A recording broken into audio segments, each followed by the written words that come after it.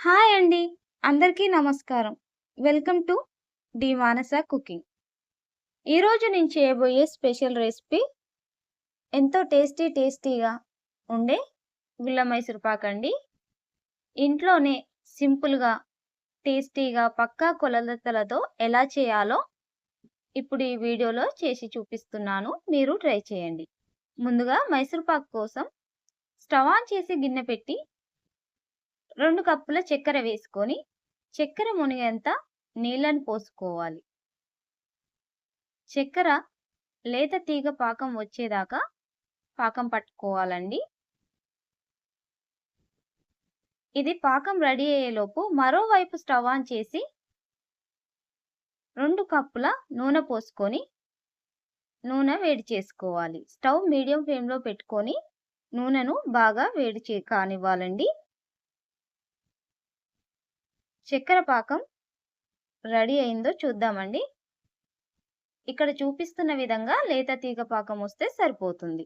ఇప్పుడు ఇందులో ముందుగానే జల్లించి పెట్టుకున్న 1 కప్పు శనగపిండిని వేసుకొని ఉండలు లేకుండా మొత్తం కలిసేలాగా కలుపుకోవాలి.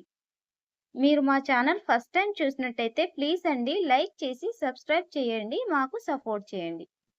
ఇప్పుడు ఇందులో మనం వేడి చేసి పెట్టుకున్న నూనెని కొద్దిగా వేసుకుంటూ కలుపుకోవాలి.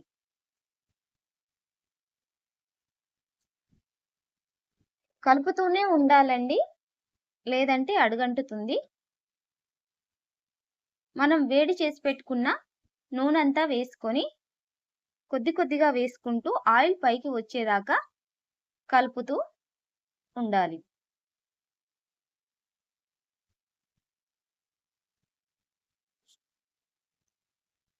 మైసూర్ పాకు ఇలా ఆయిల్ పైకి వస్తుంది కదండీ! ఇప్పుడు ఇందులో చివరిగా కొద్దిగా నూనెని పోసుకొని కలపకుండా స్టవ్ ఆఫ్ చేసుకొని ముందుగానే ఆయిల్ రాసి పెట్టుకున్న ప్లేట్‌లోకి వేసుకోవాలి. ఇలా వేసుకున్నాక ఇది గోరువెచ్చగా ఉన్నప్పుడే మనకు నచ్చిన విధంగా ముక్కల్లా కట్ చేసి పెట్టుకోవాలి. ఇలా కట్ చేసుకున్న మైసూర్ పాకును పూర్తిగా చల్లారేదాకా 1 గంట పాటు పక్కన పెట్టుకోవాలి. గంట తర్వాత ఒక ప్లేట్‌లోకి తీసుకొని సర్వ్ చేసుకోవాలి. అంతేనండి. ఎంతో టేస్టీగా, సింపుల్‌గా ఇంట్లోనే చేసుకునే విధంగా మైసూర్ పాకు రెడీ అయిపోయింది. మీరు ట్రై చేసి మీకెలా వచ్చిందో కామెంట్ చేసి చెప్పండి. అలాగే మీ ఫ్రెండ్స్ అండ్ రిలేటివ్స్‌కి ఈ రెసిపీని షేర్ చేయండి.